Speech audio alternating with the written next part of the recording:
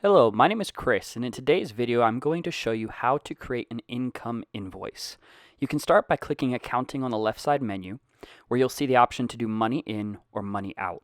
In this case, we'll select money in, where you view property income, general income, bulk payments, deposit, credits, owner contributions, or management fees. In this case, we'll go with property income.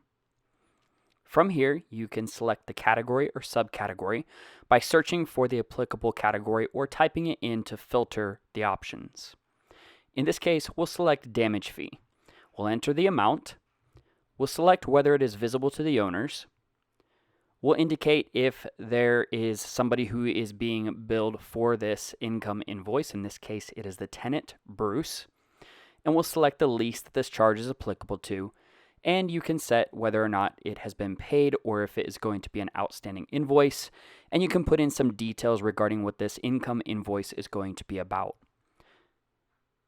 Next, you'll be able to upload a file such as an invoice from the company that may have already done these repairs or any other type of related document. Great, you've created an income invoice and you can now print it, mark it as paid, edit it, or do any number of actions on this particular invoice. You can also view the summary, the payments activity if any payments have come through, any of the attachments you attached to this invoice, and whether or not it was shared with the owner. And that is how easy it is to create an income invoice on TenantCloud.